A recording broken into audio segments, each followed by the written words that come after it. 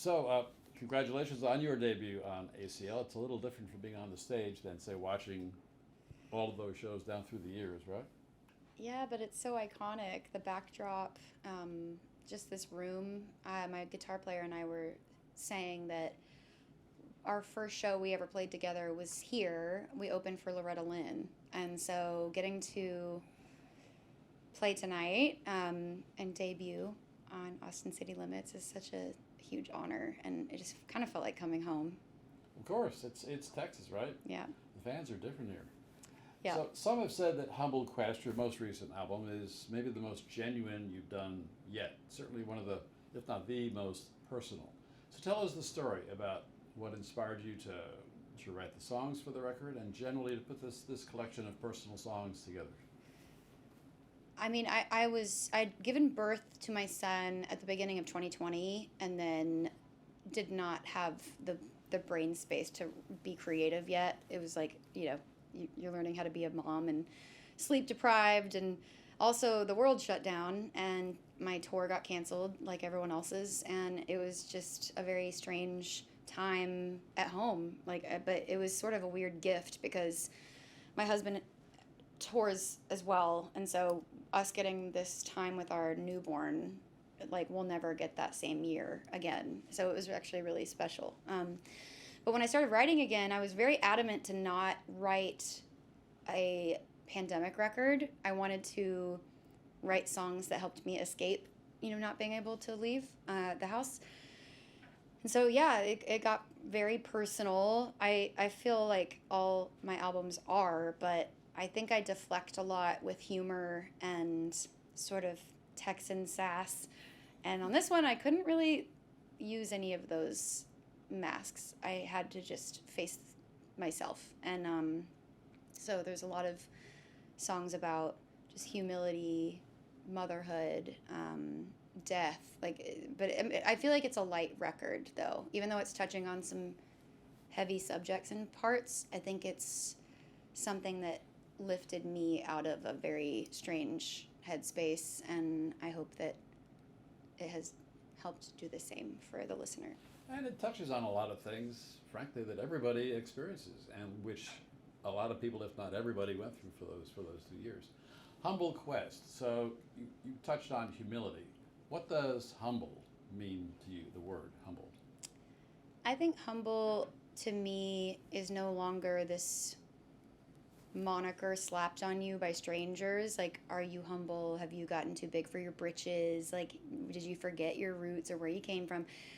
Like, humbleness is being human and being really in touch with your weirdness and faults and gifts and everything in between. So I think it's knowing that you can absolutely be confident in yourself and you don't need to hang your head in some sort of false shame. I think humble is just knowing who you are. And so I feel like through a very long roundabout journey, I found myself in a very deep way during these last few years of not being able to distract myself with touring.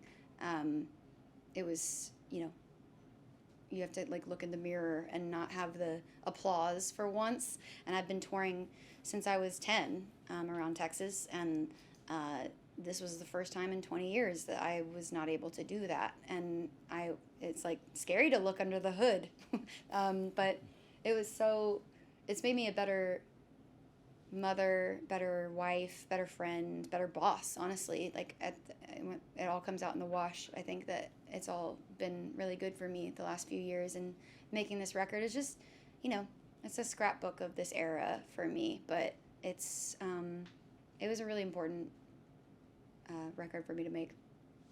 I think honesty and humility have a lot in common. You're honest about who you are, for all the flaws and for the good qualities that you have, but you know that you're not a perfect person, and nobody is. So that's No, being and humble and honest with yourself, right? yeah, and I'm gonna keep getting it wrong. That's okay. And I also like don't have to write a song every time. Sometimes it's just like a lesson, and the next day happens. But yeah, you're not that you have to have kids to know this, but your worldview definitely shrinks when you have children.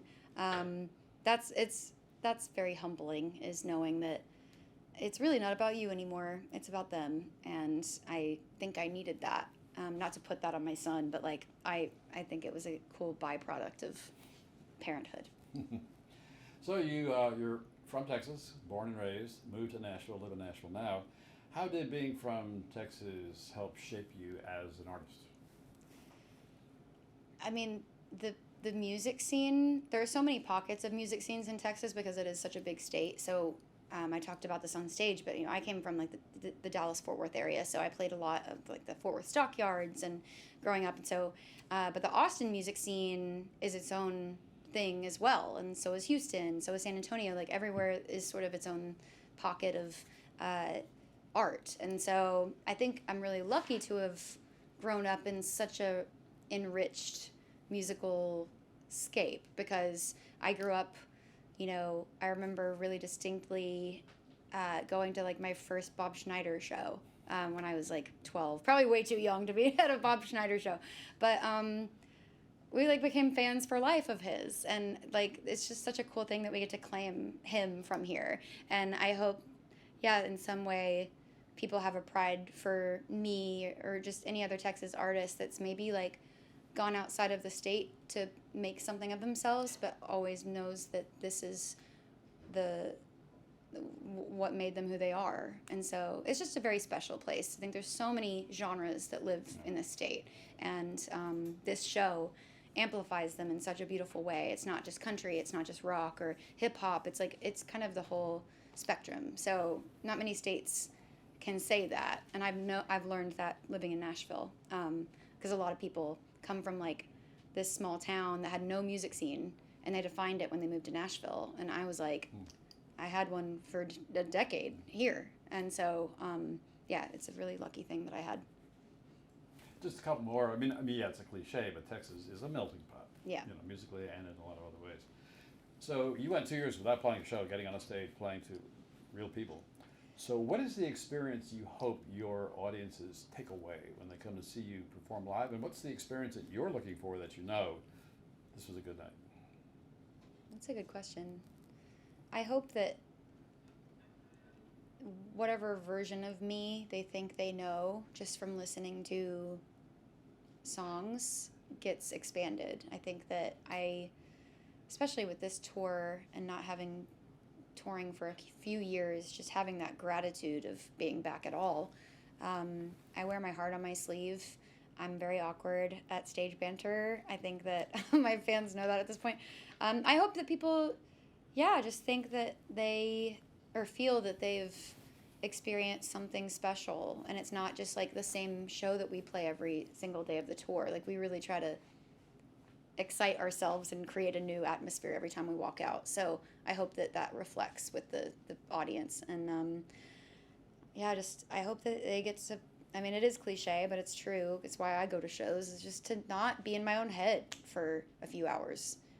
That's a gift. And so the fact that we get to do that and make a living out of it is extremely fortunate. And we didn't have it for a few years, so I don't take it for granted. So last question, you're a big believer in just kind of following your gut. So what's your gut telling you these days? I think my gut is telling me that even when it gets a little too hot in the kitchen, my heart is always in the right place, and I will continue to speak up for things that make me want to be a better person and leave a better world behind for my son. And doesn't always get you the popular vote to be that person, but it's not something I'd ever change about myself, is wanting to do the right thing, even if sometimes I do it in the wrong way. That's what my gut tells me, is that I'm on the right path.